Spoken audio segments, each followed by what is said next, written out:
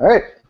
Hello. Welcome to episode 48 of the PHP Town Hall podcast. You have myself, Ben Edmonds, along with Phil Sturgeon. Hello. Today's guest is Jenny Wong. Hello. Today we're going to be doing a kind of group chat about code of conducts because we hate ourselves in our email inbox apparently. All right, so let's jump in here. For those who don't know Jenny, who are you? What do you do? Things like that. Hi, I'm Jenny. I'm based in the UK, and I am a developer who mainly works in WordPress at an enterprise level for a company called Human Made. Cool. All right. Where do we want to start, people? This is a pretty big topic. So, Phil? Yeah. I thought one good way to roll into the conversation would be when you try talking about the code of conduct stuff, a lot of people, unfortunately, think that it's a pro and an anti, like it's a for or against, and you fall into one of the two camps. This kind of partisan thinking is pretty damaging and detrimental to the entire conversation because then people just make assumptions about what you're saying, and it's quite annoying. So I'm wondering how many different pro and anti groups have you seen? Because I've got like six different groups so far. Well, so first, let's go a little further back, actually. Yeah. Context for people that aren't familiar with what's going on and what's driving Oh, yeah, this. of course. So there's an RFC submitted by Anthony Ferraro for PHP. That was basically just a guideline for a code of conduct for the PHP community, and that's specifically for contributors to PHP, the docs or the source or things around that, around the mailing list, that sort of thing. So that's really kind of the driver of this conversation, is the idea of the code of conduct for the PHP internals. Right. That is one immediate piece of confusion that people have been putting around, is that it affects the entire PHP community. A code of conduct like this would have some effects on the PHP community, as in contributors may get booted out if they're harassing and bullying people, but it would also bring more to the table. I know 3 or 4 women that said they'd love to be involved with PHP, but they can't handle the toxic kindergarten that other people seem to be better at handling.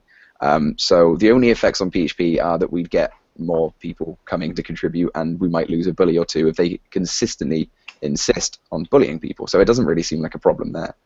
I would say that it's not a guaranteed thing though. That's what that's what people are saying that will happen, but the reality might be a nil or different, purely based on time constraints and other things in life. But at least, I think the thing about PHP internals, I was one of those people who tweeted out when this happened.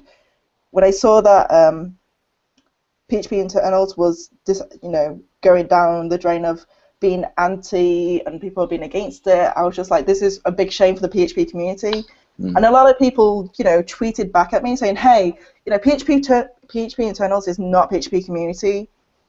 And I agree with that. I know the difference. PHP internals is definitely a subgroup, if anything, the core group of the PHP community, considering they are, the thing that makes PHP, everyone else's jobs kind of centers around that whole concept of the internals team and what they're producing.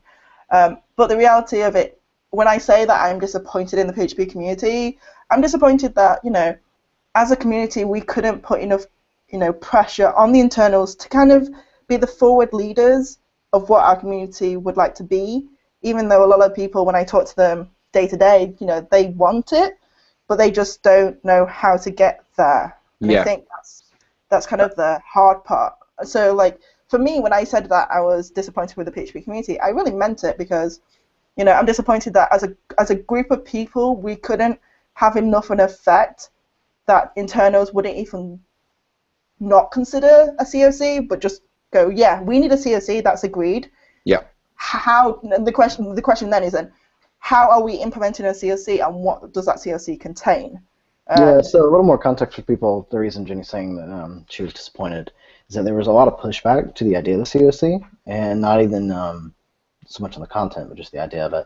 So there's discussion back and forth, it's still ongoing, and eventually Anthony Ferraro, who submitted the original RFC, kind of just noped out of the conversation because he had had too much what he felt was harassment. People were questioning his sexuality. They were making assertions that he was trying to push a code of conduct just to impress women, if he was even interested in women. All these crazy things were being said. Like, he was getting a lot of flack, and it was a lot. So he was just like, well, you know, I tried, screw you people. And it wasn't just like, oh, Anthony's having another tantrum. He was getting some horrendous stuff sent to him, and I completely understand why he was just like, you can deal with this yourselves. Yeah, and so since then it's been taken back over by Derek, if I'm right? Yeah, Derek Revan and Davey Shafik is helping out somewhat with helping build a custom code of conduct piece of text. Various other languages have custom situations. Not everyone's implemented an existing standard, which is absolutely fine. I'm not entirely sure about the going the custom approach, because personally I feel like it's like just like code guidelines, just like PSR2, right? If you can sit there and you can argue all day long about how you should make a custom code guideline or a custom anything, and there's going to be a lot of bike shedding and backwards and forwards and everything else, when there are existing standards that you can just go, just use that one, and then people know how everything works and it's consistent. There is a lot to be said for going with a standard, but I would appreciate any code of conduct that solves the problems, as long as it does actually solve the problems at hand. Yeah, that's kind of where I am. I would prefer like contributor covenant or something that's already been worked out in another community that's been iterated on and has evolved over time, versus doing it from scratch. Because in a way, doing it from scratch seems to be a way for people to make it less effective or less strong. Yeah, seems to be a lot of the motivation for that. Yeah, but something is better than nothing. I agree. Yeah, definitely agree. Something is better than nothing. I mean, I feel like whenever I have these conversations with people about whether we should have a code of conduct, I always question, well, you know, we all go to work. At least I assume most of us have a job and we go to work, and would you join a company that has an anti-harassment policy or not? You know, one of the first questions I ask a company now, like when I joined Human Made, one of the very first questions I asked was, do you have an anti-harassment policy? And I don't ask that because, you know, I expect to get into a company and get harassed.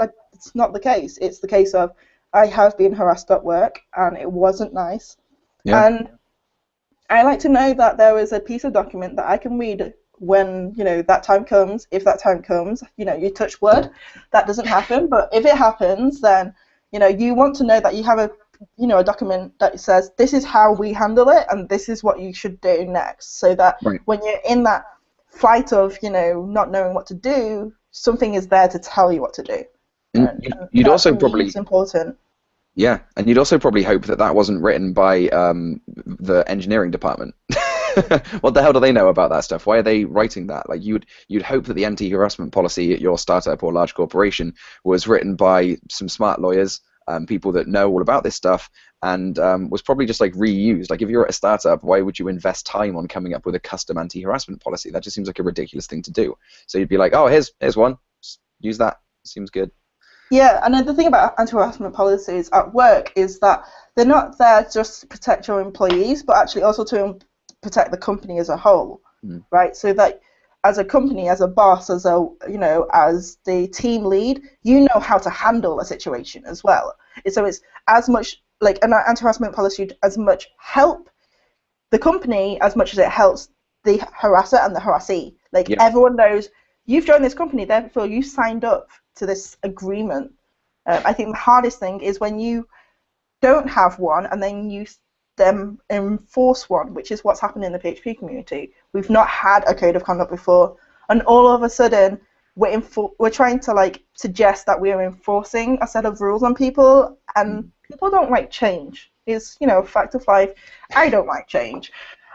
So, you know, people naturally don't like change. They're a bit like, it's easier to be defensive against something before you actually become aware of why you need it. And I think that's part of the problem. Whereas if, like, for new people especially, like, say, you know, in 10 years' time, if the COC happens, 10 years down the line, people would have forgotten this argument, right? They would just be like, oh, yeah, COCs in open source projects, totally normal. Yeah, I mean, just like putting a readme.md and a contributing.md, you put a conduct.md, which is like, yo, don't bully each other. please, thanks. Exactly. I mean, you know, I know GitHub did a large push to get a lot of open source projects to actually have a license, Yeah. purely because actually without a license, it's not open source.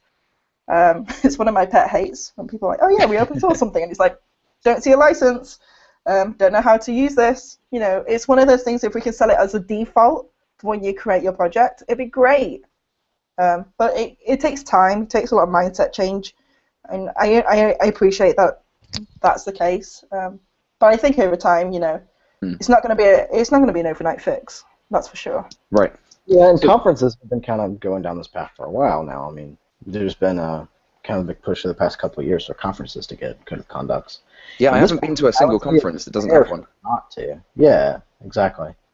Some of them are much more strong than others, but yeah, most do know. So I've noticed this. A few people have said, well, you know, at a conference you absolutely need a code of conduct because, you know, you're there in physical presence and people can grab and be gross. But as we'll talk about sunshine in a minute, but people seem to think there's a massive difference between in person, where there can be physical problems, and online, where there's only someone being mean on the internet. Now, I really do have to stress that these things don't always stop at the end of Twitter. Like when people, I've been involved in some arguments where people are like slandering shit about me and posting articles around that were like written by my ex-girlfriend and like saying that I was a bad guy. Like I've had all this really weird stuff where people share this stuff around, and even though I can close down Twitter, this stuff's still happening. I'm still being harassed. I'm still, you know, these bad things happen, and it happens to other people a lot more than myself. But point being, it's not like the only problems can ever be physical. There can be awful things that happen. People can be awful about you and talk behind your back and cause problems that might get you fired or might not get you invited to the next conference or various things. And people can still be made to feel unsafe via email and via internals posts. They can, I mean, we got screamed at by someone who was like threatening to castrate us. Actually, funnily enough, me and Paul Jones were being screamed at by someone who was threatening to castrate us next time she saw us at a conference, and we were like, "What the fuck?" Why? She accused Paul Jones of being a rape apologist, and I stupidly defended him, thinking he wasn't a misogynist. And I've started to question that choice recently. But anyway, it's a very long story. But yeah, she was like threatening to kill and castrate us and like attack us and stuff. And just because she's saying that online doesn't make it any less concerning, because at some point it could be in person. I mean, like, you know, like no one should live in fear. That, you know, for any particular reason, no one should ever live in fear. I don't think it's fair, no matter what kind of person you are. And it's definitely like, I think a lot of people look at code of conduct and say, oh, it only protects minorities, but it's not the case. It really isn't. It should be just protecting people, like protecting our community. Yeah, absolutely. I had something I was going to talk about earlier, was the kind of the various different camps that I've noticed, and it would be interesting if you could throw in any more that you may have noticed, because when people confuse when people confuse a complex nuanced problem into for and against, or good or bad, then the entire argument is completely unobtainable. And Jenny, you're talking about, you know, how do we as a community try and convince anyone that we need this thing, or how do we ask for it to happen? The best way to do that is to notice the different groups there are, and try and, you know, help other people have the conversation in a useful way. So my list so far, which is not completely extensive, the pro camps. There's pro. Sure, they're a good idea, I guess. People kind of want one, but they're not, you know. There's everyone needs a code of conduct, or you're a bigot. If you're against it, then you're a bigot and you're a bad person. And they're the pitchfork mob, which we don't want or need. Most of us aren't doing that. There's the I'd like one, but I don't really want to talk about it, so you work it out yourselves. And there's also people like myself who think, give me a second, I think code of conducts are stupid. I think they should theoretically be completely unnecessary, but they are an unfortunate necessity. They should be unnecessary. We shouldn't need them. And anyone that thinks they're daft is to an extent right. But unfortunately, we do need them. In the same way that, like, peanuts, say, may contain nuts, there's that one person that needs to be told, like the 1% person that needs to be told, don't bully and harass people, don't be a fucking asshole, right? Those are the people we're talking to. So the smart people that are like, well, these things are silly. I mean, yeah, you're completely right. They shouldn't be necessary, but they bloody well are. Yeah, but it's also like, I mean, that's like saying, "Oh, we should all just know you shouldn't murder people." But Exactly. If we knew how to do it, there wouldn't be we have a laws. law about that. You Right. know? Yeah. Of course I wouldn't murder people. I wouldn't murder people. Therefore, no one else is going to murder people. Why would you murder people? There's Yeah. quite a few murders. I think there's a few more groups to that. I think there's definitely, there are a lot of people who want a code of conduct and, secretly are like shaking pom-poms and cheering this on, but just don't want to say anything. Yeah. Basically, on the fear of people are going to throw tomatoes at them. I'm definitely or bricks. or bricks, yeah. Hate-filled bricks. I'm definitely in that camp. When I saw the RSC, I was cheering it on, and I just figured, hey, like, I'm not sure if I want to put my voice out there because, I'm not sure how people are going to respond to what I would say, right? Yeah. Purely, especially for somebody who has never been in internals. Like, I don't even know how to do internals. Someone had to explain to me how mailing lists work, and like I was just like, I just click left and right, and I just read things, and I think I'm reading it in the right order, but mailing lists don't make sense to me naturally. Like, it's just not. Theirs is the worst I've ever seen. Getting on it was incredibly hard. I had to like add a new It feels Gmail like account. using like a 20-year-old like bulletin board software. It's horrible. Yeah, and then there's like me, who's like, I'm a developer, but this thing doesn't make sense, and yet we're meant to be trying to follow this conversation, and no. Yeah, that's not a fault of your own by any means. No, but I think like, that just is trying to like work out what's going on at what time, how things are going on. These 10,000 different conversations at the same time. It makes people scared to have a voice because you're not sure what backlash there will be. I mean, I spoke at PHP UK last year about bridging communities, which is something I truly believe in. And one of the comments that I got, which actually got deleted by the user afterwards, but like, joined in automatically sends you the email as soon as they press send. So you get a copy in your inbox, and it was like, I did not pay to watch a teenage girl cry on stage. I was like, hang on a second, I didn't say I was a teenager. What the fuck? And I didn't cry on stage either, but your assumptions are awesome, so thanks for that. And like, I literally was just like, how? I remember being at like the after party and being like, not knowing how to respond to this. And Lorna and Rob Allen were literally like, switch off your phone, Jenny, and enjoy the company that you have around you. Like, deal with that tomorrow. But it was hard. It's really, really hard. It's really hard to swallow when someone like attacks you personally.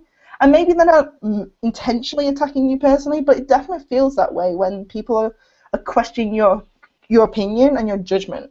Yeah. I don't want to sit here and explain to you, the last 24 hours conversations that I've had with various different people in the community, because A, it's none of your business, and B, if they come to me, it's purely down to the fact they know they can trust me to not talk about it and not, start gossiping about it. That's, if you come to me with a problem and, in the community and, you're coming to me for advice, that's where it ends. Like, my brain gets wiped when I go to sleep. It's kind of useful for things like this. Well, that's the hard part of this stuff, right, isn't it? Because both sides are playing the burden of... Oh, sorry, I say both sides, but there are people on both one of the various pro camps and one of the various anti-camps who are playing the burden of proof game, which is quite unfortunate. Because the people who would like to see a code of conduct because they know that these things happen, they are left with the burden of proving that these things happen. Now, you should know that there are people out there being gross, bullying, harassing, being inappropriate, and you should just know that. That should be quite clearly obvious. But unfortunately, they play the burden of proof game, and whenever... I'm not going to throw a victim under the bus. If someone's told me about something that's happened, which I've heard plenty of things, I'm not going to be like, well, she had this happen to her, and then this other... Like, I'm not going to start sharing dirty laundry. That's completely inappropriate. So then if you give, like, vague outlines of things that have happened, then they start, like, posting that all over Reddit. I gave one example of the of a conference organizer who had something terrible happen at their conference when they didn't have a code of conduct from a sponsor, and they weren't comfortable kicking the sponsor out, so they were left in this really awkward state. So then they added a code of conduct and said, even if you're a sponsor, we can kick you out. They're like, cool, now this person is protected. I gave that as a vague example, and someone posted that all over Reddit, like, finally, Phil Sturgeon tells us what all the SJWs need this code of conduct for, because someone was too much of a pussy to kick out someone who was harassing or couldn't police them. Or couldn't call the police. If you give vague information, then they like try and pick holes in it.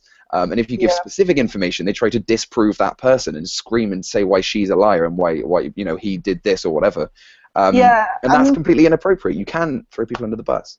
No, you can't throw people under the bus. Like, people come to you, out of trust, out of the fact that they trust you to deal with this situation discreetly, mostly. If they didn't want it to be dealt discreetly, either A, they would have already screamed and shouted about it themselves already, and B, they wouldn't have just talked to you at all. It comes down to trust and trusting and knowing what they'll do. So when I have people, I've been to conferences which I'm not even organizing, and people come up to me and said, Jen, this has happened. We trust you that you know what to do. And I was just like, okay, like, introduce me to the person that needs to that I need to talk to. I get introduced to them. We go and sit in a corner. We have a very private and a very frank conversation, and I say, well, what do you want to do next? Like, and a lot of the times it's a case of they won't go straight to the organizers because they don't feel like it really happened to them. When harassment happens, one of the first things that happens is like, you're like, did that just happen? Like, no, that definitely did not happen just then. I did not hear them just call me. I must have misunderstood. Yeah. Yeah, like, I must have just misheard. I've got. Maybe it was a bad joke. I know, like, maybe I just don't get what they're talking about. Maybe that means something else in their culture. You literally end up blaming everything else except for the actual what they really said. And the amount of times this has happened to me where I'm just like, oh yeah, whatever. And I'm just like so blasé about it because it happens so often to me that it only takes for people to point it out to me, like, did they really just say that to you about like fried rice and whatever not? And I'm like, I guess so, yeah. And it's almost like you just get to a point where you're like, it's just normal for me because it happens a lot, but that doesn't make it acceptable. It doesn't make it right. And it's over the years where I've just realized that.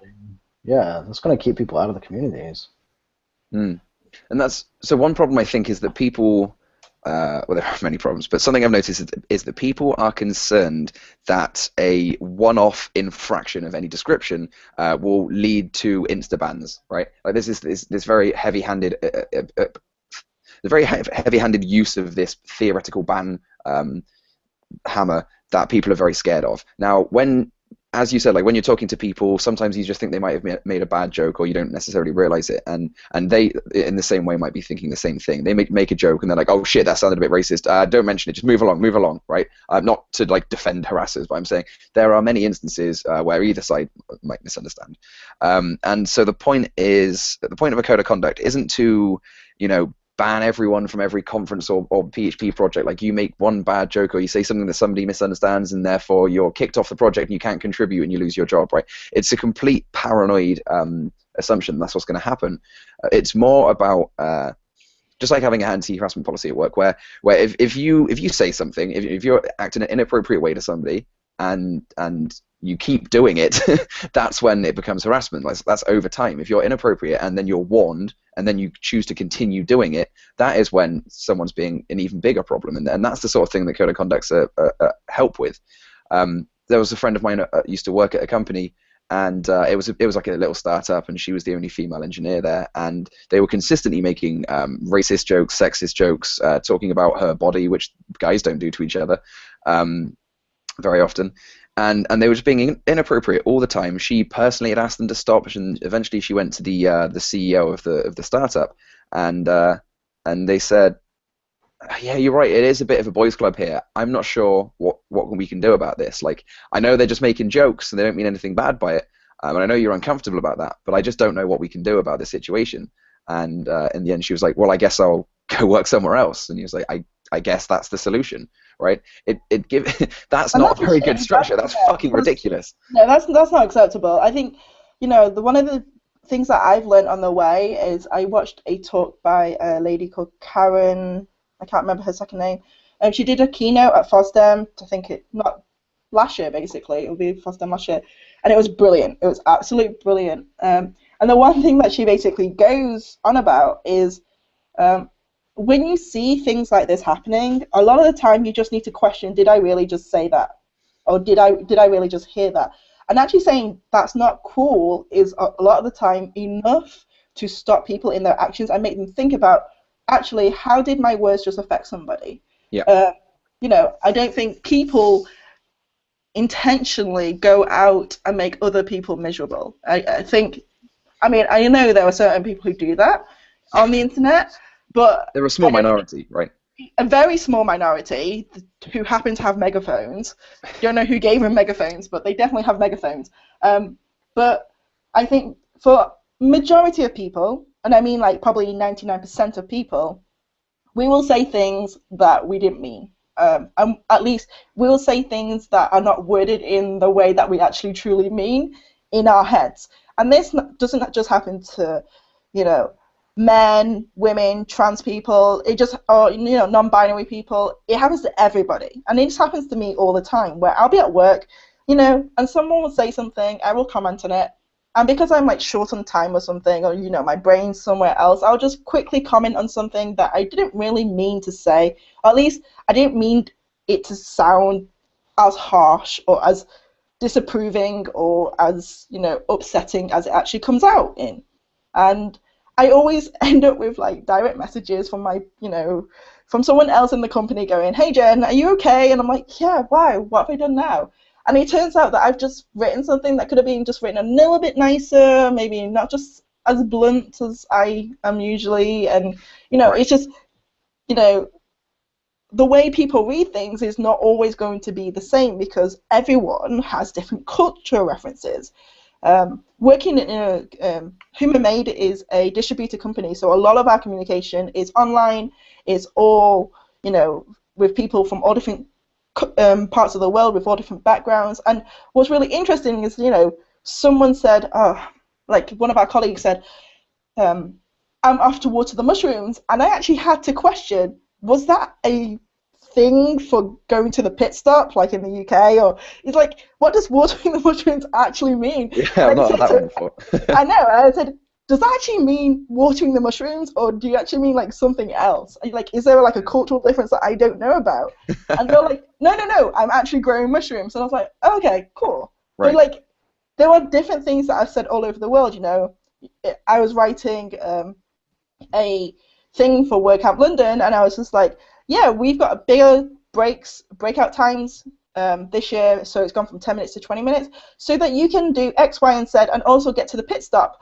And one of the Italian organizers was like, that's the most British thing I've heard all week. And I was just like, yeah, I guess it's something that we would just say, and it's something that I wouldn't realize other people wouldn't say until you meet these other people from different cultures. And I think that's important. Right. PHP is basically a distributed company where no one gets paid and we're all mad. But that's what it really is. It's a distributed company all working towards the PHP internals. That's our product.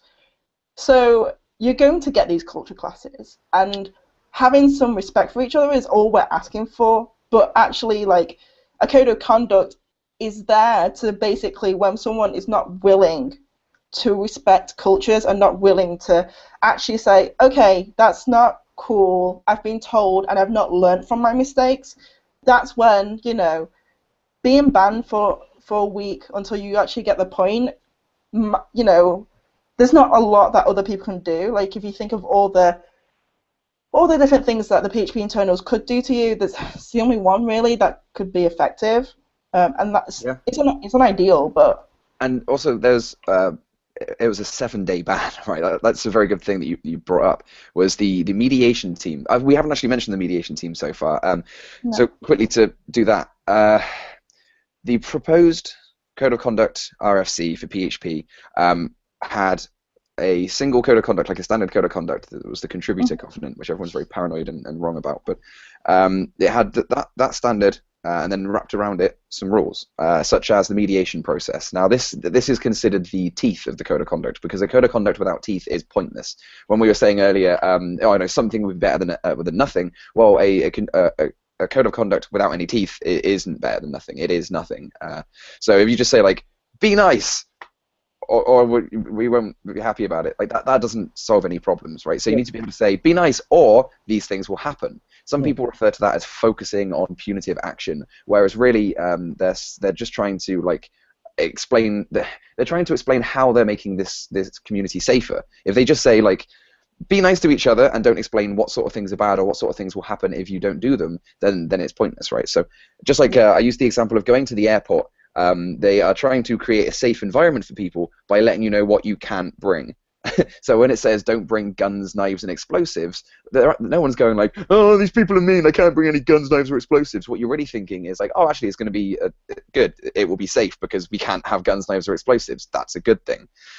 So when the code of conduct outlines kind of here are the sort of things that you should do, like we appreciate inclusiveness and respect, and like and we don't appreciate harassment and bullying, by kind of outlining some good ideas and some bad ideas, and then also explaining, and if you don't do these things, then we'll give you a temp ban. Like, that's fine.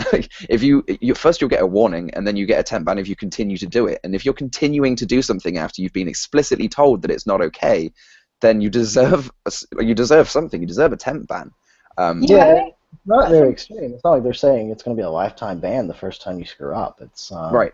I mean, a temp ban sounds like it's just basically go and sit in the corner and think about your actions before you come back. It's not like you're saying. Sorry. It's not like you're saying, you know, oh my gosh, you've done something wrong. Therefore you can never come back. It's basically like, hey, we warned you. You didn't seem to get the point. So hey, we're going to give you a timeout. Right. A week-long timeout, which, let's face it, in PHP internals world is not a very long time. I haven't committed in 9 months, so it doesn't matter. A 1 week thing, easy. Yeah, you could ask your friend to send a PR for you. Like, it's really weird that this is being seen as such a huge problem. Now, what will happen? The mediation team is like 3 people, and everyone assumes they're some like crazy social justice warriors out to get men.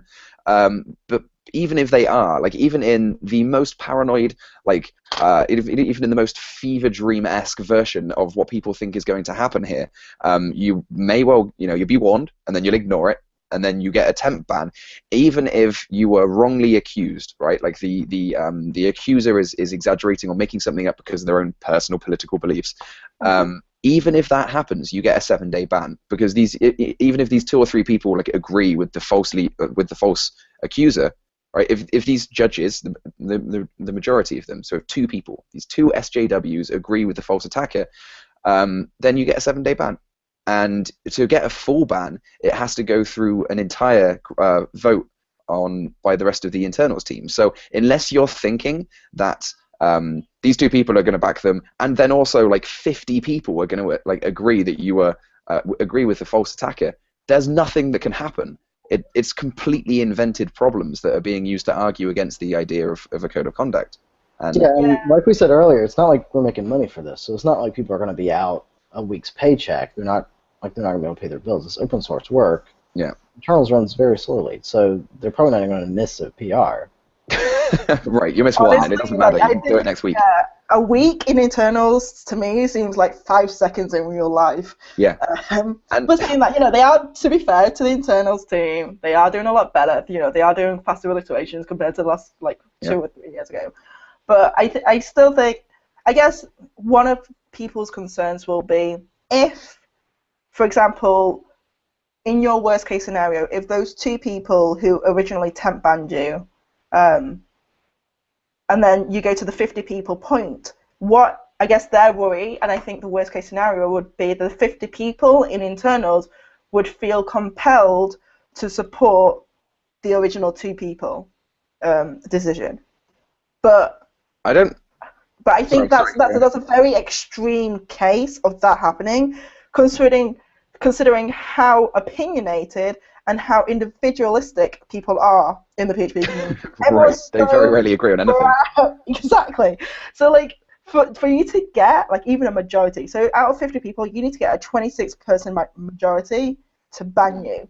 That's a lot of people. I was saying it's about 100 voters, so you need 50. Right. The number 50 was you you need 50 people to agree that it was wrong. Yeah, which is never going to happen. That's going to be really, really hard. Think about how hard scale of type hints was, and you want someone to work out whether you're a good or a bad person. You think you're going to get a clear yes/no on that vote? Jesus. But I think what people are worried about is, you know, these things can and have done in the past, not maybe in our community, but definitely in other communities, spilled into their professional lives in terms of their paid life, you know, their job, where something that's happened in one location has affected other locations for X, Y, and Z reason. Yeah, the pitchfork mob.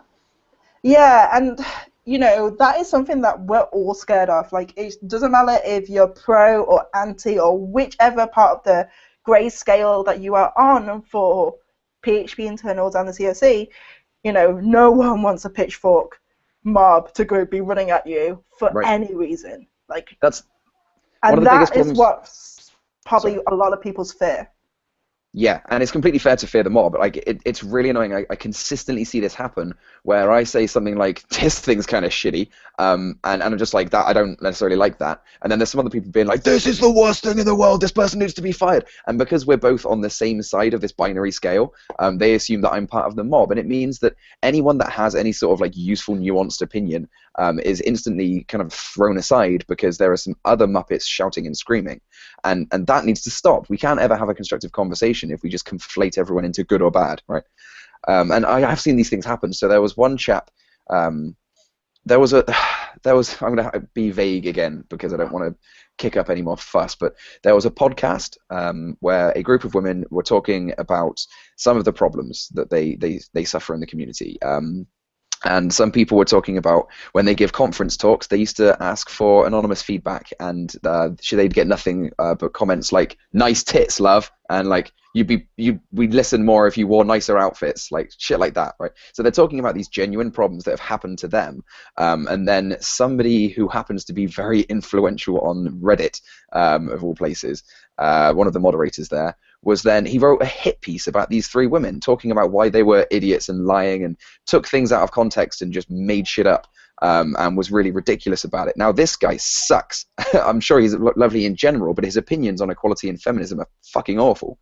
Now, even this guy, who I strongly disagree with, who I think does not need to be a Reddit moderator, he had a pitchfork mob go after him and try and get him fired from work. Now, I'm sure that was none of the women that he was talking about. I fucking know for a fact that they didn't try and do that. But there are some people that go, oh, look, those two people are having an argument. Fuck that guy. He should get fired, right? There's no reason for him to get fired because he happens to be an accidental misogynistic asshat, right? He doesn't need to lose his job over that, but he does not need to be a core contributor to PHP. People aren't saying, you know, you are definitively a bad person in all aspects of your life, and therefore you should, like, you know, be homeless and not be able to work. They're just saying, if you want to continue to be this much of a misogynistic asshat and make other people feel uncomfortable, then you're not going to do it wearing an official PHP logo, and that's literally all it is. You just don't want official asshats. The question would then be, how do we prevent pitchfork mobs from happening? And the reality of it is we can't. If anything, though, the code of conduct, you can't prevent it, but it protects both sides of it. You know, it prevents harassment both ways, not just one way or the other. So if you're getting harassed back because of a bad opinion or even because you got banned, it'll then protect you. So it protects both parties as much as it can. I mean, you know, we're not the police. It's just a community. Yeah, no, that's true. I mean, like, I would love to see, like, how, you know, a lawyer looks at these technical code of conduct and how they would stand up in a court law.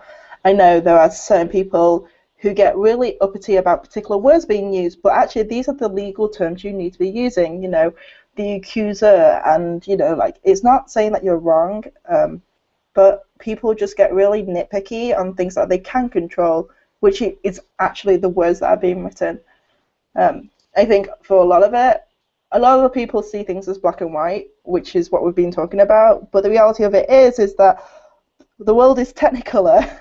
You know, there's a lot of different colors, and it's a lot of different shades, and a lot of different backgrounds, and there's so many different cultures. You know, like, for example, me being a British-born Chinese, I'm going to have different experiences compared to a Chinese-born Chinese, or a Hong Kong-born Chinese, or American-born Chinese. They're all, yeah, we're all being flobbed into the same thing. Actually, every single one is slightly different in one way or another because of the environments around us. I think it's important to, take baby steps, and code of conduct is one of those baby steps. I would love to see, a PSR where like documentation was just gender neutral, because we're lucky that the English language can be gender neutral. But people get to pick and choose. Yet, when I've seen it when a particular gender suggests documentation to become gender neutral, they get harassed. We go, oh, you're an SJW or whatever, and it's just like, no, I just don't want to have to read documentation and be reminded that I'm the minority. I just don't need reminding. Thanks. Right. I've seen that before in a few documents where, Node were doing it, and a few other places said he, and there was some stuff in Linux where it was like, the DevOps something he, and then something your girlfriend. And I was like, this is kind of really making a lot of assumptions about who is a developer and what they're doing. Not everyone's a straight guy. And it's just really weird to put that stuff in your documentation when they works perfectly well. Exactly, and the funny thing is, when I had a conversation yesterday with someone where, they were planning to quit the industry. It was that simple. They didn't see anyone that they could relate to who was further on in their career, and they were thinking about quitting the industry because they were just like, I don't feel like that there's a place for me in this industry, and I think that's a real shame. For two reasons. One, there's not enough developers as it is, so why on earth are we trying to get rid of developers? Like, what insanity bit does that make sense? Like, we have too much work, we're all overworked, we're all trying to do far too much. Like, I don't know of a developer who hasn't suffered from a mental illness or is on the brink of, having to do a full-on timeout. Yeah. I've had burnout myself. Like, I know what you mean. It's not all mental illness, but burnout is definitely a problem that some of us have. And it's so common. Burnout is so common in our industry. So like, we need more developers, and there is a really big demand for developers, no matter what type of developer. And yet we're doing these things, which actually basically means we're having less developers stay in the industry. So basically, we're making more work for ourselves. Like, right. Why would you do that? Yeah. Ultimately, why would you make more work for yourself? I don't understand. And just purely on that one point, like, they just didn't see anyone in the industry, and I had to basically talk them out of it and say, look, you might not know these people, but there are people out there, and we just have to find them, and if not, we have to hold the torch and be like, no, we are in the industry, so we can make it easier for other people who are similar to us, who can use role models, And I think And I think we should also think about looking outside, not just the tech industry and all the tech problems, but also look at like how Hollywood's dealing with things. I think it's really interesting to see the Oscars and the BAFTAs and the whole screenwriters, the way they deal with genders and their female role models in those. I think now is the time that not just our industry, but actually other industries are talking about this and trying to make sense of what is it that we're really doing and being part of that conversation. It's important. Yeah, I've noticed that, so you're talking about it becoming more of a prominent conversation that's happening around society and not just in the tech community. I have unfortunately seen numerous people who refer to giving a shit about inclusivity and equality. They if you care about that, then you're part of a current bandwagon of gender politics, right? And they refer to it as gender politics. Like, can you treat me like a human and not talk about my tits is somehow gender politics, right? So I find it really frustrating that people are acting like the increased public conscience of talking about this stuff, like the fact that this topic is in the public mind so much, they consider that like getting on a bandwagon, and people start. If you ever had people put "bro" at the end of every sentence they say, you're like, you're just a PC bro. Ever since South Park did that episode of like all these ridiculous guys, they're just like, yo, bro, you can't say that shit. That's disrespectful to this group, bruh. And they're all acting like they're in this massive frat house of just going about and like bullying people with PC, just be like, no, you can't do that. We're going to come over there and stop you using that word. I saw that episode and it was quite funny, but I do recognize that there are people who are kind of jumping on a bandwagon a little bit, and they will run around and say, no, no, no, you can't say this thing, and they feel all good and proud that they've, you know, saved the day somehow, without really thinking about it. But that, again, that doesn't mean that that's what everyone who cares about inclusivity is doing. There's always going to be a pitchfork mob, and there's always going to be people kind of running about being, you know, a little bit heavy-handed with the way they're dealing with things. But to kind of write everyone off as just being like a PC bro or someone that's jumped on a bandwagon is really, really frustrating to me. But maybe people are jumping on a bandwagon because they feel they are now able to talk about it. It's like before they were too scared to talk about it, and then, you know, one person speaks up and they're like, yeah, that also happened to me. And so it's not like they're intentionally jumping on the bandwagon. They're just like, oh, actually, yeah, I've had that experience many a times. It's just that, you know, especially for me, when I started realizing that, you know, all these experiences that I was having was not normal for other people, I was just like, it was when people pointed it out to me, I was like, oh, yeah, I guess that isn't normal. Maybe I should kind of think about this. Why is this happening to me? And try and understand this. I think, you know, jumping on the bandwagon, there are definitely people who will jump on the bandwagon, but there are definitely people who are just actually saying, yeah, this has happened to me, but only now do I feel comfortable being able to say it's happened to me.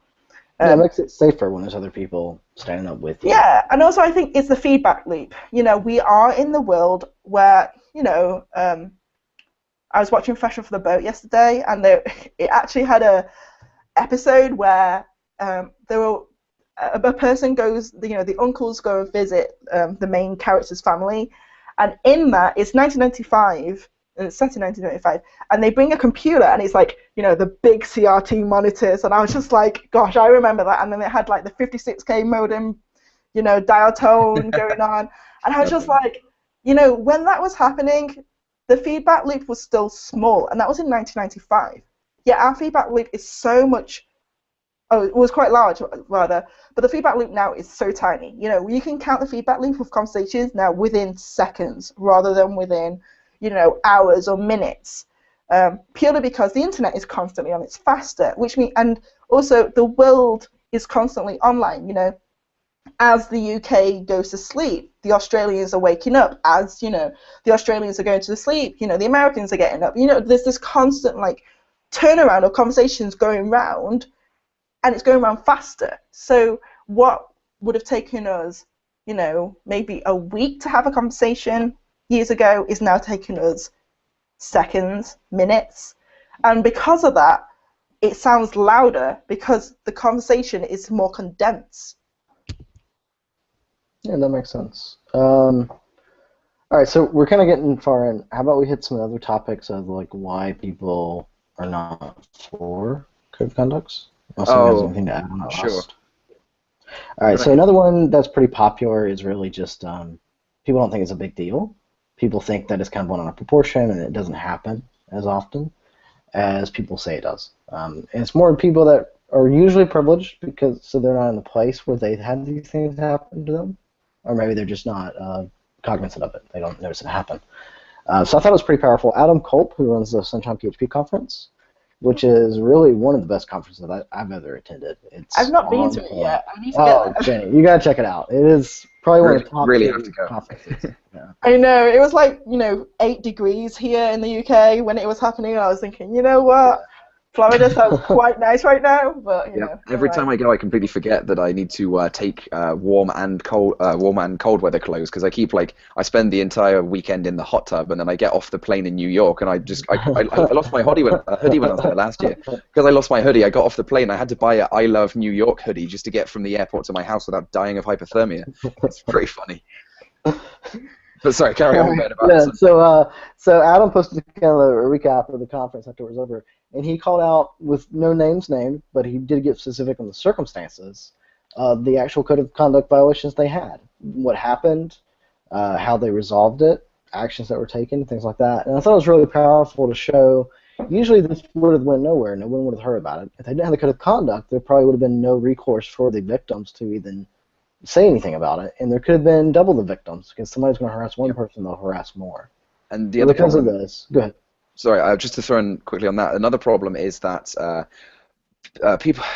victims often are scared to report things. They're incredibly concerned about reporting things because, especially whenever you report something, everyone screams at you and calls you a liar if it becomes public. Now, the code of conduct will absolutely make them confident that the report isn't going to go public. You can report something to an organizer, and the organizers are usually really good friends with the speakers. Like there's this kind of like in club, which it isn't necessarily a good thing, but it is there. And the speakers are hanging out with all the organizers and everyone else in hotel rooms and getting, drinking away. And imagine how scary it would be if you like send an email to one of the organizers being like, hey, I just had this harassment, and then they're like, oh, look at what this twat's saying about you, and it just like it could be awful. So the code of conduct just makes it know that won't happen, right? Yeah, Well, and the yeah. organizers really do care about safety of the attendees. I mean, for a couple of reasons. It's good for the conference. No conference wants a scandal, because then how are they going to get attendees next year? But also, they're throwing the conference for the attendees. And so they are incentivized to help them, especially with the code of conduct in place. It gives you a path to feel safe to do that. Yeah, code of conduct for me, it's one thing to say we have a code of conduct. It's another thing to actually do something about it. Do something when something actually happens. I think it's great, like for a while, and there are still some PHP conferences which do not have a code of conduct. I'm not sure why, but that's fine. That's totally acceptable. If that organizing group feels their culture doesn't need it, then that's their decision, and it's our decision as attendees and speakers to go to those conferences or not. I think it's great that the next level from conferences having code of conducts and dealing with those is actually to make this information public in a non-descriptive manner, which is what Adam did. I think it was great that last year PHP UK had stats. They had loads of different stats, and they were like, okay, we are going to take a snapshot every year of what our attendance looks like, where people are coming from, how far they're traveling, etc. Because if we do not take a snapshot, then we actually don't know if we're improving or becoming worse as a diverse conference. And I know from the organizers talking to them, it was hard for them to do that the first year out, because you're almost saying, yes, we know we have a problem, and let's shine a big massive spotlight on it and point it out, because we like to look at our warts that much. Nobody wants to do that. No one wants to look at the ugly bit. Yeah, seeing these conference organizers willing to put their neck on the line and saying, yes, okay, we know we have a problem. This is the situation. We're going to try something for next year, and we're going to see how it improves. Or actually, it might make the situation worse. We don't know. But let's try it for, 3 years. I don't think in a year it's going to change overnight, but I think over a few years you'll see a correlation of something getting better or getting worse. And I think it's really great, and I really encourage more conference organizers, user group organizers, just people taking snapshots of the situation, recording it in a, preferably in a quantitative way, although talking about humans in a quantitative manner is really hard, especially when it's about people's emotions. It's even worse. Yeah. That's what I've learned. So, at least like saying, this year we've got 5 code of conduct violations. This is how we dealt with them. Next year we only got 3. Next year we got 2. I think it's better. I wouldn't be surprised as this starts off, as this becomes popular, and I hope it does become popular, that we actually see a rise in code of conduct incidents being reported, purely because people feel more comfortable reporting them and feel like they don't have to rely on no, that's definitely not what they said to me. No, I'm just going crazy. It's fine. I'm going to stay uncomfortable for the rest of the conference, and it's definitely in my head. Because that's what happens. That's the reality of it, and that's the uncomfortable reality for a lot of minorities out there when something happens, or even actually just minorities and majority of people, when you hear something and you're just like, yeah, no, I didn't hear that. I'm going crazy. So I predict that we'll have a rise in code of conduct incident being reported, but I don't think that would actually mean that more is happening. It's just that more is being reported. But Yeah, then I'd I would agree. hope, But then what I'd hope is that after a while, because we've all gotten used to this and we actually start to understand what being a professional at our conference means, they would drop. Because actually the amount of violations is dropping because people are being better with each other. But this is not going to happen in a year. This is going to happen in a decade. This is not a short-term thing. This is definitely a long-term thing that, you know, code of conducts in conferences is improving for that reason.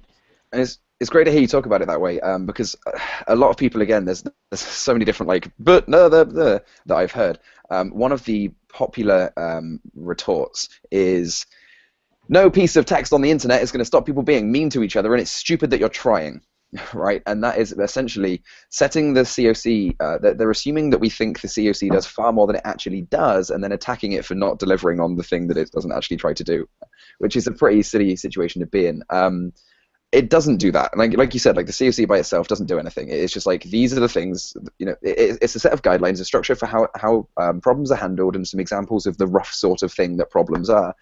And with that comes the responsibility of actually enforcing that, or the teeth, or whatever you want to call it. So for a conference, that's, I'm going to give you a warning. I'm going to send you to your room for the evening. I'm going to tell you to get the fuck out of the hotel or the conference, or whichever it is, if the conference is at the hotel. You know, like, I'm going to have to do something, and here are the steps that I can take. So that stuff's really powerful for internal contributions. You can't contribute here anymore if you're going to keep doing this stuff. Like, we just don't want it. So it's not meant to solve the problem tomorrow, or like immediately protect everyone entirely, but it is meant to, over time, kind of solve these problems, and hopefully get to a point where we're not even having the problems anymore. Maybe. Yeah, it's about educating behavior and changing behavior of a community by education and explanation, really. For me, when, you know, one of the things that I did this year was, for Work Out London, if you're buying a ticket, you're agreeing to our COC. Yep. It's that simple, because I don't even want the argument of, hey, I didn't see this and therefore it doesn't count to me. No, you have to tick a box. If you want to be here, you're going to be a good citizen to this community. This is what we expect. And I'm not saying our COC is perfect, by far, probably not. But what I'm saying is that we expect a standard of professionalism and respect from you. And if someone feels like they are not being respectful and they report you, then this is what will happen. So not only before the event, you know what will happen to you as a victim or as the accused. Like, either way, you know what this procedure is. This is the procedure we've agreed to as an organizing team, and this is what we will try and enforce. And one of the important reasons why a COC is really useful is, actually, as an organizer, you want to imagine that nothing will ever go wrong at your user group or at your conference. But the reality of it is, it only takes one time for something to go wrong that could cost you the sponsorship of your user group. And this actually happened recently, where I was meeting up with a friend and they run a local user group, and they were like, oh my gosh, Johnny, this happened, and we want to talk to you about what is it that we can do to, like, stop this from happening, because actually we lost a sponsor and we've had to cancel all user group events. Wow. From this one event where a particular person had a really heated argument and was quite rude to another person who happened to be a sponsor. And from that event, they have lost not only their sponsorship, but the whole entire user group. And that's all up and down from one person's behavioural, that they couldn't, like, you know, they didn't have a COC to throw at them and say, no, I'm sorry, but you agreed to, if you're coming here, to be respectful to each other, and you're not being respectful, so I want to ask you to leave. They didn't have anything like that. Yeah. That's tough. And it's tough. There's unfortunately this other thing that kicks in with people, and it's happened to me in the past, and I'm starting to question it more, which is, but they're a nice guy. So when someone says or does something that makes people feel uncomfortable, or you know, they're causing a problem or harassing or whatever else, there's this really strong need to explain that they're actually a really nice person. Like, they might be saying these terrible things, or they might accidentally be a misogynist, or whatever's happening, but, like, he's great to have a drink with, right? And it's this really unfortunate thing that that needs to stop happening. Like, it doesn't matter whether you work for a charity on the weekends. If you're at the moment making someone feel uncomfortable and you've been warned and you're continuing to do it, then you're harassing someone, however nice you are outside of that situation. Yeah, totally, and I'm definitely one of those people. I get called a bitch half the time because I'm just really blunt, but that's just a cultural difference, you know. I went to see my mum today, and she looked at me and went, "You're fat." Thanks, Mum. You know, it's just... I had the same thing for my grandpa. I hadn't seen him in a year and a half, and the first thing he said, "Hello there, Philip. You've gained weight." Yeah, nice to see you as well, Grandpa. Yeah, the reality of it is, like, in some cultures that'd be quite offensive, and other cultures, like like in my family's culture, that is not offensive. What's happening there is that she's just being observant to the point that she can recognize that something has happened to me, which is, an observational is an observational comment, and I think that's, it really highlights there are lots and lots of cultural differences, and half the time most COCs are cultural misunderstandings, and if you have people sit around a table and talk to each other and come to their senses and just explain how in another culture this might not be acceptable, they'll be okay with it. And a lot of times, especially like at conferences, your COC, what you're really doing is setting up the cultural guidelines of what to expect at that conference or at that event or at that location. Yep. Or, as in the PHP internals, in this particular online project, in this particular company. That's what happens in your anti-harassment policies at work. You're setting the guidelines for the culture that you're expecting at your company, and in fact you're saying, this is the culture we do not accept. We accept an open culture and the door is wide open for anything you want, but this is definitely what we don't find acceptable as a company policy. Mm-hmm. And that's what code of conduct is for the PHP internals.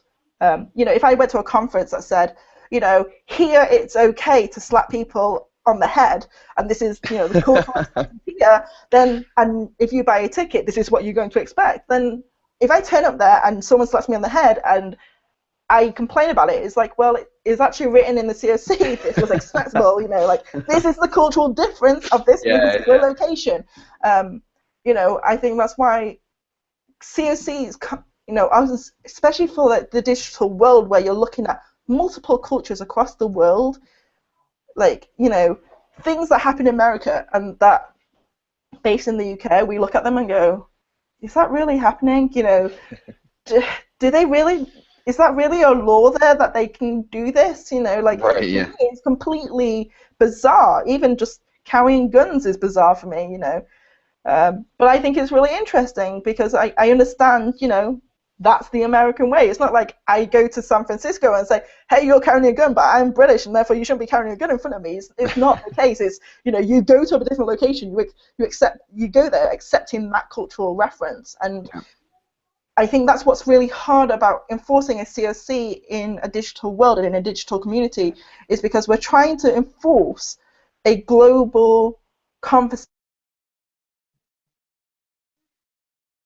multiple national cultures, and that's going to be extremely hard to do. And that's why we're having all these arguments over it. But it's definitely a conversation worth having. It's just one that you have to take a deep breath and definitely looking at the PHP internals code of conduct has made me realize, this is why it takes forever for the UN to do anything, because they have to work out how to make one particular policy work across multiple nations. And that's what we're doing here. We're taking a policy, which is called the Code of Conduct, and we're asking it to be the guidance across all these different people from all these different nations and cultures and backgrounds and histories. And that's really, really tough. Yeah. One of the things people often forget this, and they think that how things work in their country is how it works everywhere, right? And there's a lot of things that are totally different. So we had a bit of a kerfuffle at work. I work for a company that has a lot of Colombian people and people from other parts of South America. And on the very first day, I go down to I think we're in Bogota, and I met the rest of the team, and I went around the group shaking everyone's hand. And then we had a female developer, and no one had mentioned to me that in Colombia you kiss on the cheek, right? And it's not even like the London mwah, like air kiss near their ear. It's like you proper put your lips on their face, right? And I had no idea. Sorry? Is it the Italian kiss style, where it's like literally... Yeah, you just go right at their cheek, right? And they'll do the same on yours. It's just the one on. And I had no idea that was coming. I should have looked, really. Like, well, you know, you go on fucking Wikipedia and find out what the customs are in a place you go to. But I had no idea that was coming. And in tech, it's a very well-known thing that most people shake hands regardless of gender, because we're all just developers. Who gives a shit, right? So that's the assumption in the UK and Europe, or a lot of Europe and a lot of America as far as I go. Or when I met you, Jenny, I'm pretty sure I shook your hand. But that's offensive to her. Like, she was offended that I tried to shake her hand, and then we had this like awkward and I was like, oh god, I'm sorry, and then I hugged her, and that was even more offensive.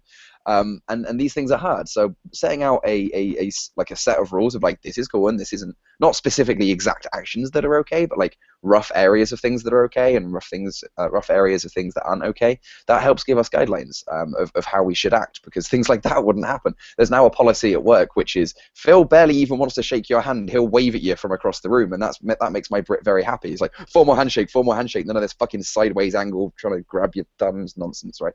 And sometimes these guidelines help people feel more comfortable. I know one problem that people have said is that people who already suffer from anxiety are very scared of this whole idea of having a code of conduct there to make your actions be policed, right? They say that they have a hard enough time talking to people as it is without there being a concern of them potentially getting kicked out of the conference or kicked off the team based on them saying or doing something bad. And I think this actually helps people who suffer from social anxiety. I think that the people that are very scared they might do something wrong, they'll be told if they're doing something wrong, and that will actually help them over time, right? If it gives you a template to follow, and then a warning system. Like, it's not like you're going to say one bad word and then I'm like, get the fuck out. Some people back on track. Hey, maybe you shouldn't do that again. If you're socially awkward and you struggle, then we'll help you by telling you, hey, that's not cool, and it'll be done in a respectful, private way, instead of just people being like, ha, look at that prick on Twitter. That's not how it works. So I really don't see any downsides. Yeah, I mean, if someone is suffering from anxiety, it's definitely not someone else's place to say, you know, this is going to make it better. For one, we are not doctors and we are not psychologists. And until we are, my opinion is it may help. Yeah, like, I think we are just taking what we consider to us logical steps, and to us, you know, this logic with this logic kind of equals, you know, C logic. And I see the logic in what you're saying, but it's definitely, it's the one thing that I've learned over the last year, and whilst I've been traveling across the world, meeting all these different people from different cultures, is the assumptions that we make in our heads are definitely the worst assumptions ever made. I think it's going to be hard no matter what. You know, I think the one thing that we can do, because we are the digital age, is change over time. Having a COC that we you know, put into place and say, this is the 2017 COC for PHP internals, and then come to the last month, you know, everyone says, did this work? Did this not work? What is wrong with this? How can we improve this? Can we make this better? Can we make a version 2? And actually alliterating this. This is one of the best things about open source communities. You don't like something, you change it. It's not like we have politicians having to go through Parliament and then go through the House of Lords, and then, you know, it has to be approved by X, Y, and Z. We literally just vote and say, yes, this is what we didn't like this year. Let's run with this for 1 year, see how it goes, and then let's actually make a decisive decision based on people's experience. Maybe it will be fine in a year's time, because we've had all these discussions and arguments currently. But I don't think people need to worry that what we put into the PHP internals now can't be changed later, because it can. And I think that's something that we all should remember. If you don't agree with all of the PHP COC, maybe there will be like section X that you don't agree with, well, okay, that's cool. Why don't we just try it with Section X this time and see what happens? If it works, great. If it doesn't work, we'll amend it for next time. Yeah. But I think that's a more pragmatic way of doing it. And I think when we are talking about humans and emotions and culture and community, we have to be pragmatic. We are not binary numbers on a computer. It's the one thing that, trust me, would make my life so much easier if we were just, logic, yes and no, ands and ors. When the reality is we're not. Yeah. I'm definitely not one. My opinion changes the same way my clothes change. My mood changes all the time. It's horrendous. But the reality of it is that it's okay because we can change the COC in a year's time. We'll put a 6-month marker on it. It doesn't even have to be a year. 6 months down the line, let's see what we need to polish up. I don't think we have to say this is the be-all and end-all, and it's not setting in stone. It's setting in a computer on a server somewhere, which we can change. Right, pull requests are a thing. Exactly, which is the nice thing about computers. You can change things as things improve, as our understanding improves, as our community changes. We will also change. And I think people are right to say, oh, we shouldn't need a COC. They're completely right. We shouldn't need a COC. But the reality of it is we do. So why don't we say we have a COC? Why don't we say we'll have a COC for the next year, see how that goes, the next 6 months, see how that goes, whatever. It doesn't matter about the time schedule. Has to be long enough that it goes into effect and it has some time to work its way. But, it can't be too short. A month wouldn't make any difference. But, I think 6 months at a minimum, maybe a year. You work out, actually, let's come back to this next year and see how it goes. And let's ultimately hope that one day we can actually say we no longer need a CSE. Because not only has the PHP community, the dev community, the tech community, and actually society has changed so that you don't need all these anti-harassment policies at work and COC policies at work. And that would be great. That would be a great aim to have in the far-fetched future. But we don't live in the future. We live in the now. And the now is things might not be happening to you. And that's great. If you've never been harassed, that's great. And I, for one, will never, ever wish harassment on anybody. But when you've been harassed, you understand actually how much pressure, whether that was correct, if it was correct for people to harass you or not, it's just such a emotional burden that you don't need. I'm not surprised Anthony dropped, his support for this when he was when you just become so tired of being the punch bag for the whole community. That's a lot of people he was being the punch bag for. Yeah. That would be rough to go through. I mean, he was just trying to help people, and he was getting personally attacked nonstop. Did you see the response on Reddit to my article? I wrote an article that was basically before I felt comfortable writing about the code of conduct itself. There were a few articles I wanted to write that kind of chipped away at a certain part. Like there's the target in the middle, and then this ancillary stuff. And I wanted to take care of a few of those pieces before I kind of went in and talked about the COC itself. And one of them was, I don't know if you've read it. It was the one about why is everyone offended? It's one of the One of the number one arguments that people use against the code of conduct is that everyone's just too fragile and politically correct these days, and you can't say anything without someone flipping out and crying about it, right? And I wanted to write an article saying that a lot of that is manufactured outrage. A lot of I read an amazing article which it links to. I'm basically just kind of reiterating that article in mine, trying to explain to developers a change of thought that I had based on this article. And it just kind of covers that people aren't actually as outraged as you think. They sometimes the news likes to make entire articles based on tweets out of context, and then that gets the whole stack of news that propagates out to other people, and the level of outrage is increased. First it's someone mildly annoyed, and then it's frustration over, and then it's Chinese whispers. And yeah, it's absolutely Chinese whispers, and because of that, then people see the end result, and they're like, "Fuck you! How dare you be outraged!" and start screaming at this person that just made a joke on Twitter, right? So I was writing an article about that, and right at the very end I said, and this is something that I think is very relevant to the current conversation happening around the code of conduct in PHP, And then so that went up on the PHP Reddit, and 500 comments of people screaming out, look how he chooses to intentionally ignore Opalgate, look how he thinks this, he must love blah, blah, blah, blah. And they make all these crazy comments. I was Hitler. I was compared to Hitler a couple of times. I was called a sexist because they suggested that I thought women couldn't look after themselves and couldn't handle bullying, and it's offensive to say they're such delicate little flowers, which is completely not the fucking case. And it's a well-known attack of, no, you're the sexist, is like is a really good misogynist response. But there were all these crazy things. 500 comments.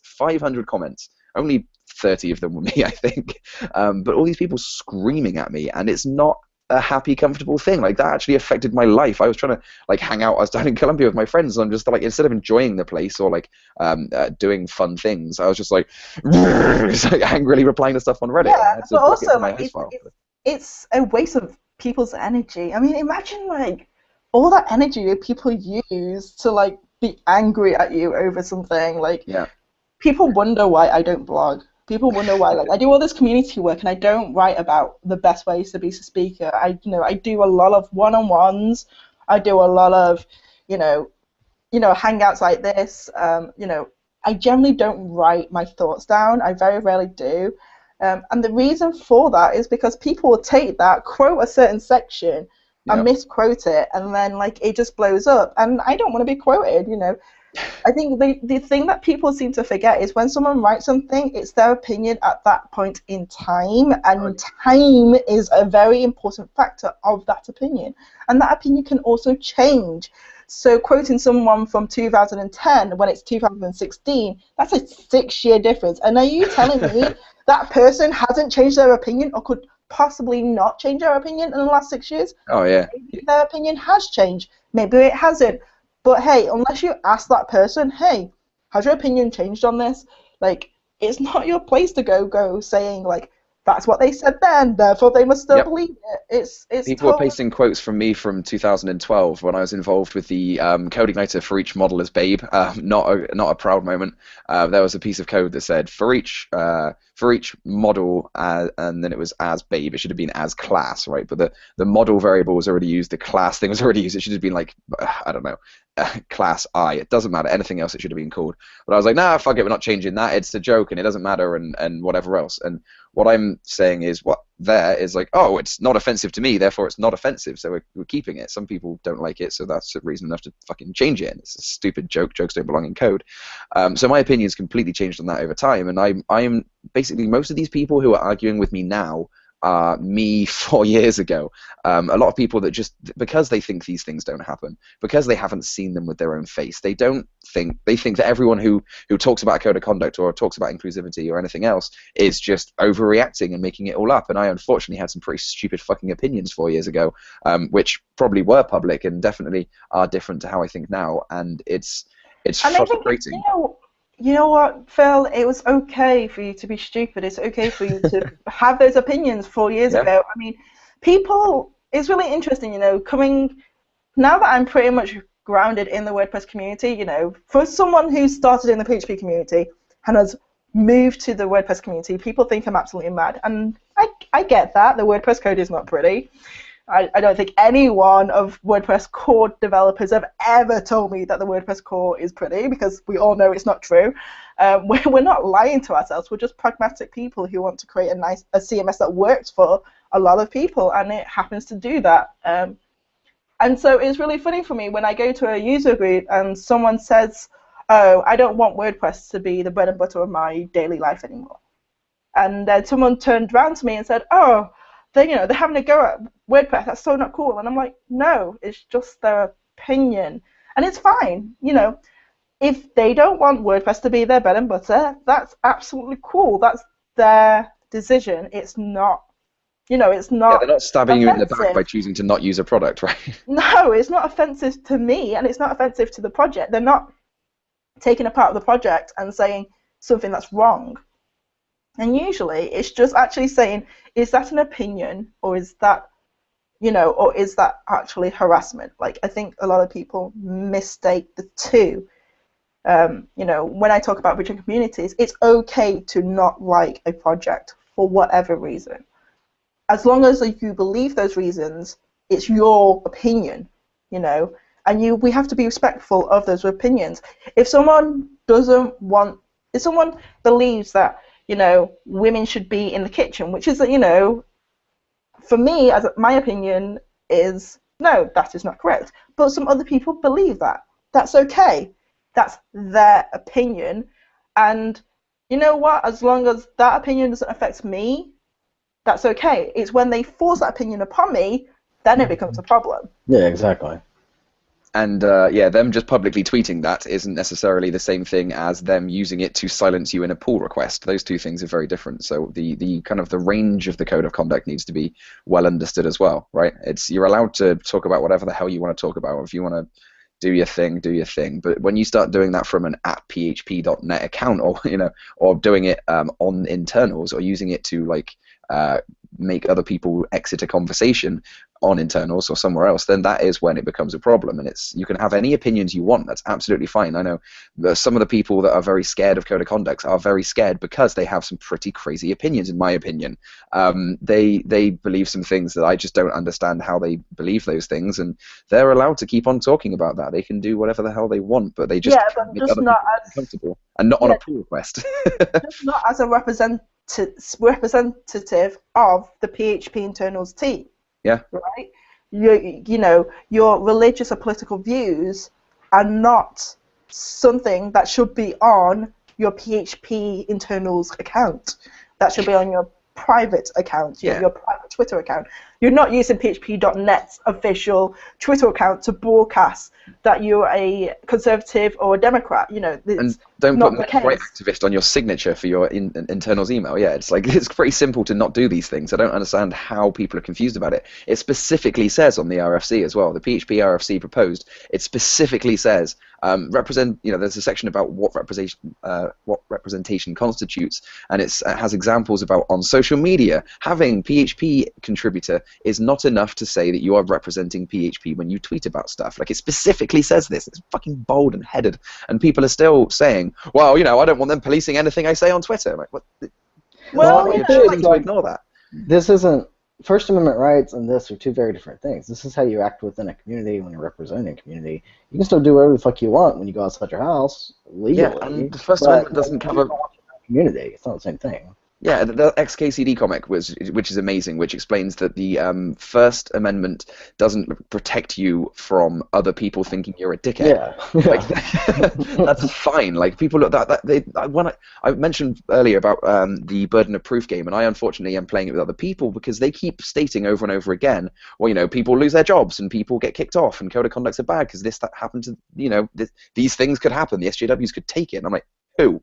Who has this happened to? Who has lost their job over a code of conduct? And this Brandon Ike guy keeps being brought up, who was a public speaker for Mozilla, who kept saying, I can't remember what it was, but he kept saying some shit, and I think it's homophobic.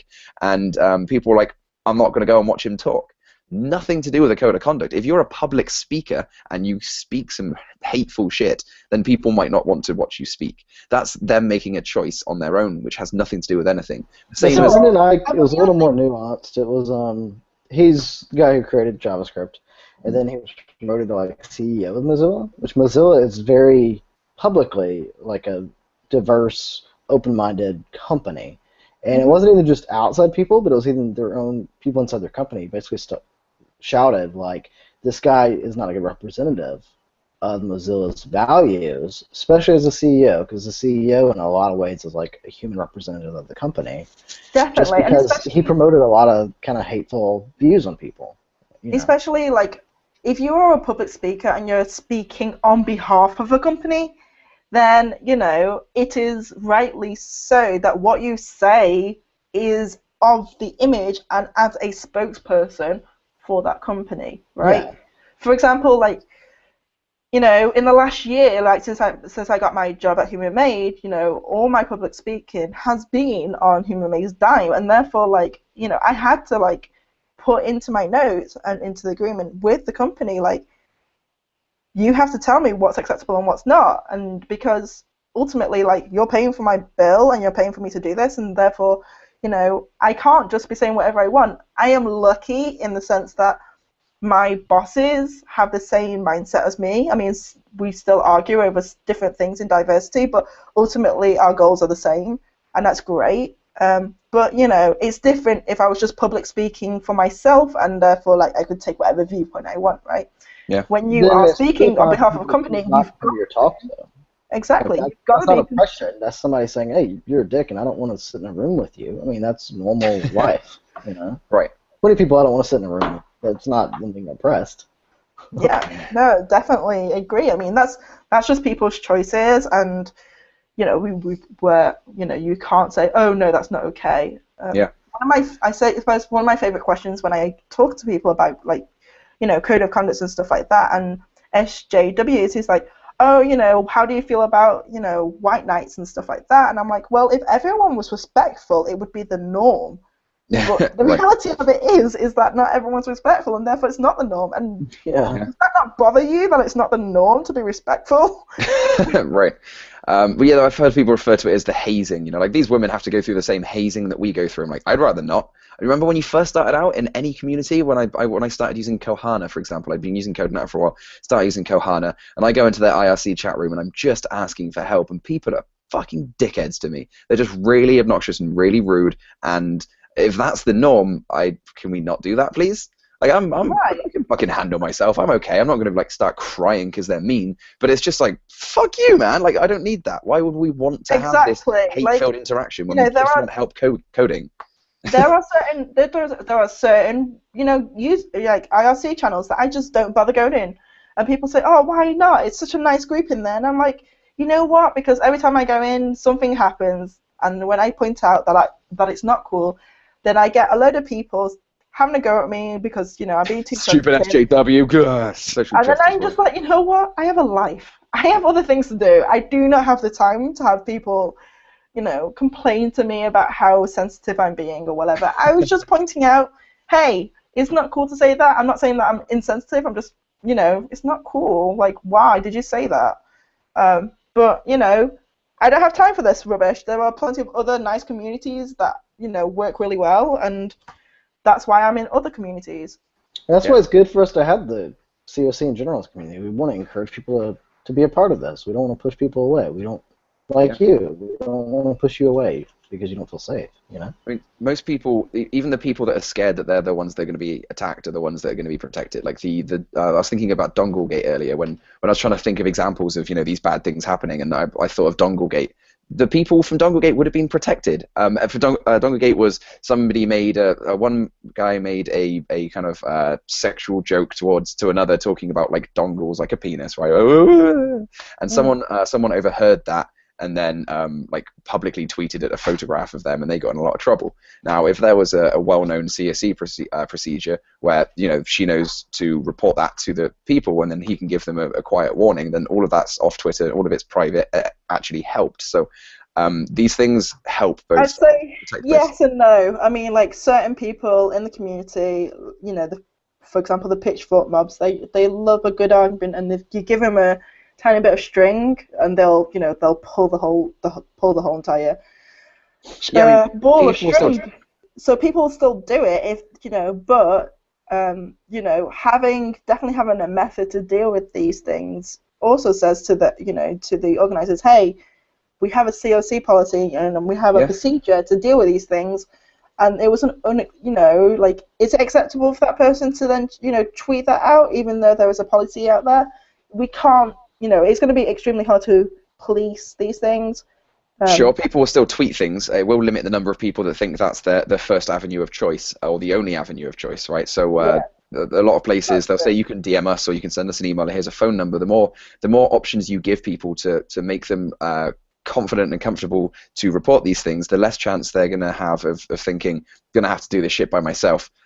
Which it won't stop everyone. There will still be some people that are just like, I got this shit covered, haha, fuck you, patriarchy. But there are a lot of people that will use the proper means to do these things. Exactly, and I think the reason why people will use the official channels to deal with these situations is purely because then they don't have to be the person being called out to be sensitive. They don't have to be known as the person who's like, oh my gosh, you should just get a life and be funny and stuff. And it's like, well, my humor is different to yours. I'm sorry, like I just don't understand that humor. You know. Yeah. It's not easy. I don't think dealing with humans is ever going to be easy. Right. You know, I find it funny that, you know, we call in PHP conferences, we call like technical talks and soft skill talks. It's like, are you kidding me? People are the hardest things to deal with. That's funny, and I think that's a pretty good place to leave this. I would suggest one thing just to wrap it up.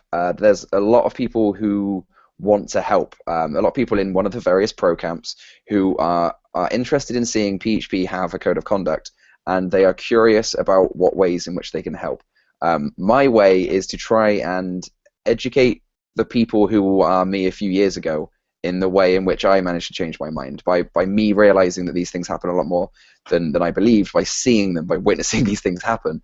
I made a 180 on my opinions, and I now think that, you know, code of conducts are important, and that women aren't just in tech because they're not as interested. They are, like, to think some really stupid shit, and I'm trying to help these people realize the same things I've realized by blogging about it and having conversations like these, and trying to tweet examples and things like that. So that's my approach. There's a lot of people in the middle that aren't misogynists, that they just don't quite realize what's happening, and because they think that these things don't happen, they listen to people like Paul Jones and his paranoid delusions about what will happen. So that these people on the fronts are unfortunately going into towards the against category because they just don't quite realize the reality of the situation. So I'm going to try and push them towards, actually, no, we do need this, like, softly by doing that. What approach would you have, Jenny, and then Ben?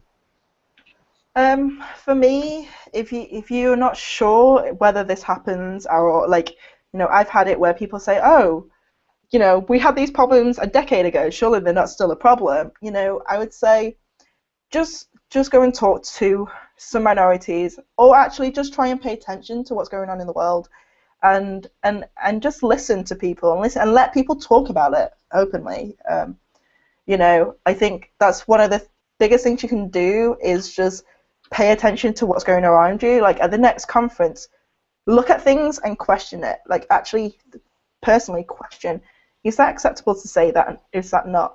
If you're questioning these things already, then, you know, you're on the right tracks. You know, I'm not saying you should be constantly worried that you're going to say the wrong thing, because ultimately, as a human, we will say the wrong thing. Just accept that. But what we need to do as a community is actually accept that when we do say something wrong, we can apologize for it, and be sincere when we actually do apologize about it. When you open your eyes up and actually go looking for these things, you realize these things are happening way more often than you'd like to admit. And when you do see it, please, you know, take Karen's words and say, that's not cool. Or even just say, why did you say that? What sparked your thought process to, you know, try and understand their thought process? And actually, a lot of the times people just go, oh yeah, that was so not cool of me to say that. You know, just being aware of it. You know, I think even if this whole COC debacle never happens, but it makes a lot more people aware of the problems that are happening, that's a positive thing, you know. Obviously, I'd like the COC to go in, but, you know, if not, pay attention to your surroundings. Perfect. Ben? All right. So I would really just recommend people to not be scared to join the conversation. I've talked to a lot of people that they feel almost not safe to join the conversation, or almost that it's not worth the trouble. And from my experience, there's a very vocal minority that's against this, or against COCs in general, things like that. And unless the majority actually takes the time and the effort to speak up, then it seems like it's a very 50-50 split between the people that are for and against. So either if you're for or against it, I would just say join the conversation. Show your support for or against it. Don't be afraid to give your opinion. Because that's the only real way to show what the community thinks as a whole. And I think, from my experience with people I've talked to, that we're much more in favor of the code of conducts and having outlets for people to feel safe than the people that are against that. But it's just a lot of times people that are for that aren't as vocal. So let's just really join the conversation, show what you believe in, things like that. And make sure you leave your pitchfork at home. We don't want or need a pitchfork mob. It doesn't help anyone. So don't start screaming at people and being ridiculous. and try and use polite words. I accidentally used the word tosser at a fairly early stage and had to skip out of most of the conversation because people just kept bringing that up. That doesn't mean anything particularly graphically gross in the UK, but unfortunately Americans who Googled it and found it on Urban Dictionary think it means something else. So try and use nice words. Yeah, if when a British person, there's the third definition on there says someone with which I do not hold in very high regard, right? And there's like 500 upvotes on that, but it's unfortunately the third one, and the one at the top is a bit more gross, which is not what I'm thinking when I say tosser. I'm just like, silly tosser. It doesn't. Yeah. Everyone's an etymologist all of a sudden when you use a word they haven't heard of, right? Everyone's like, well, that came from an old thing, and I'm not talking about fapping. It's not the. Well, this is a perfect example of cultural differences. You know. Mm-hmm. Yep. I think, like, for example, for me, calling a bin a trash can is just something I'll never get used to. But, yeah. I was on a flight to the States and I asked for a bin to put, like, do you have a bin to put this litter in? Yeah. And they're like, what? And I was like, did the same thing. They thought I was asking for a beer. I was like, a bin, and raised a can up. And they're like, oh, if you want a beer, I'll bring one to you, sir, but you need to stop shouting at me. I was like, no, that's not what. Yeah, it got my brother, who's 8 years younger than me, to go, it's a trash can, Jenny. I was like, oh my gosh, I'm so embarrassed right now that my 8-year younger brother understood what I was trying to say and could translate it for me. That's hilarious. Cultural differences are hard. Take it for some Brits. Yeah. Yeah, but ultimately, these are cultural differences, and understanding these cultural differences is only going to make us, a stronger community overall. Cool. Well, on that note, thank you very much for joining us and for articulating your points so incredibly well. Yeah, it's been a great conversation. Way better than I would have done. So. Thank you. Thank you. Righty-ho. See you, folks. See ya.